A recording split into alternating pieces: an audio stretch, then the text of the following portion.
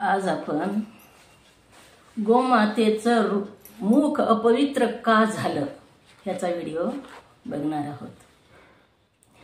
ब्रह्मा आणि विष्णू या दोघांमध्ये मी श्रेष्ठ मी मोठा असा दोघांमध्ये वाद निर्माण झाला आणि ह्या वादामध्ये ब्रह्मदेव जो ज्योती स्वरूप स्तंभ प्रगट झाला दोघांच्या मध्ये वाद मिटवण्यासाठी, तर दोघांचं ठरलं हे काय म्हणून ह्या स्तंभाचा वरचा पृष्ठभाग जो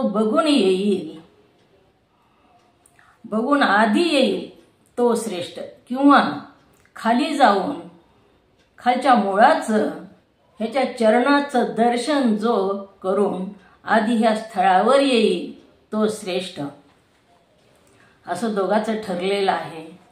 ब्रह्मा अहंकारी होते। ब्रह्मा म्हणू लागले मी वर जातो, वरचा पृष्ठभाग बघून येतो। विष्णू परमात्म्यानं खाली जाण्याचं कबूल केलेलं आहे आणि शिवाच्या चरणापाशी ते झुकत जाऊ लागले, खोल जाऊ लागले। जसं जसं महादेवाच्या चरणावर मस्तक झुकत जाईल तसं तसं समाजात उंचावत जातं असं म्हटलेलं आहे। पाय शोधायसाठी विष्णू गेले आणि ब्रह्मा मात्र वरचा पृष्ठभाग मस्तक शोधण्यासाठी गेलेले आहेत।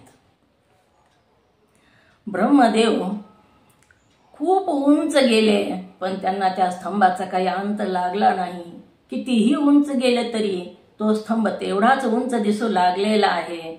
थकून ते परत येऊ लागले आणि परत येताना गोमाता चरत होती। तिला ब्रह्मदेव म्हणू लागले, कामधेनू माझं एक काम करतेस का? तेव्हा काय म्हणून विचारलं त्या गोमातेनं, तेव्हा ब्रह्मदेव म्हणू लागले, ही जो स्तंभ आहे ना त्याचा वरचा पृष्ठभाग मी बघितला अशी साक्ष दे। गोमाता नाही म्हणू लागली, ही खोटी साक्ष आहे आणि मी देणार नाही असं म्हणू लागलेली आहे। परंतु त्या गोमातेला ब्रह्मदेवानं भरीवरला घातलं, एवढंही माझ्याकरता काम करणार नाहीस का म्हणून तिला आणलेलं आहे। ज्या ठिकाणाहून गेले होते त्या ठिकाणी ब्रह्मा त्या गोमातेला घेऊन परत आलेले आहेत। तर ब्रह्मा येण्याआधीच विष्णू तिथं आलेले होते।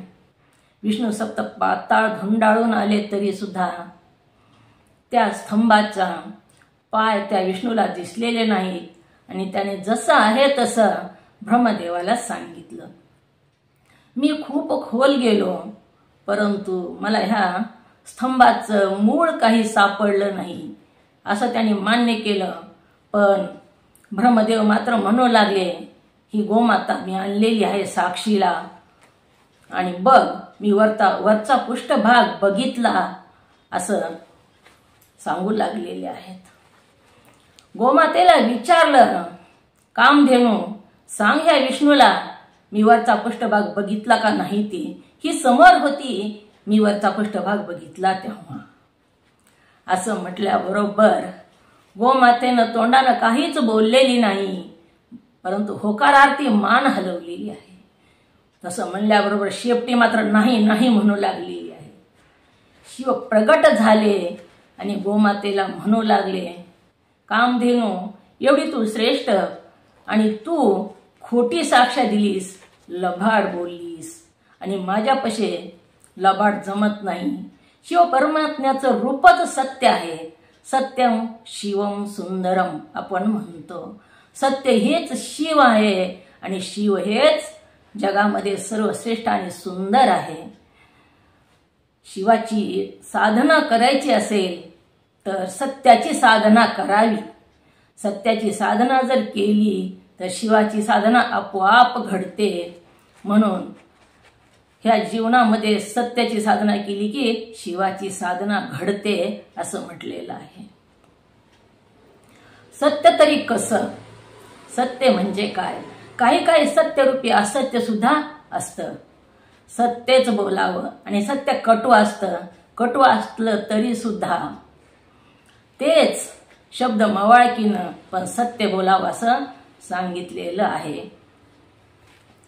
म्हणून गोमाता खोटं बोलली, लबाड बोलली म्हणून शिव परमात्म्यानं गोमातेला शाप दिलेला आहे.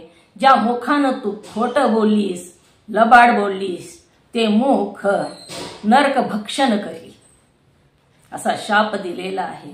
गोमाता पायावर पडली तेव्हा उशाप दिला, कामधेनू तुझं मुख अपवित्र होईल, परंतु तुझी शेपटी जी आहे, ज्याला पुच्छ म्हणतात, ते मात्र सत्य बोललेलं आहे आणि सत्याचा मी त्या स्वीकार केला आणि ते शेपटी मात्र पवित्र होईल.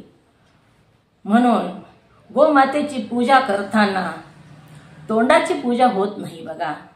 सर्व देवाची पूजा करताना समोरच्या बाजूनी पूजा होते, पण गोमातेची पूजा करताना मात्र शेपटीची पूजा करावी लागते. तिच्या पाठीमागच्या भागापासून पूजा सुरू होते. गोमातेची प्रदक्षिणा जरी करायची असेल तरी सुद्धा तिच्या शेपटीपासूनच प्रदक्षिणेला सुरुवात करावी आणि तिथंच ती प्रदक्षिणा पूर्ण करावी. गोमातेचं दान देताना सुद्धा गोमातेच्या शेपटीला धरूनच दान दिलं जातं. एक वेळेस खोटं बोलल्यामुळं गोमातेला एवढा मोठा शाप प्राप्त झालेला आहे आणि आजही गोमाता तो शाप भोगीत आहे. अशा प्रकारे गोमातेचं मुख अपवित्र झालेलं आहे.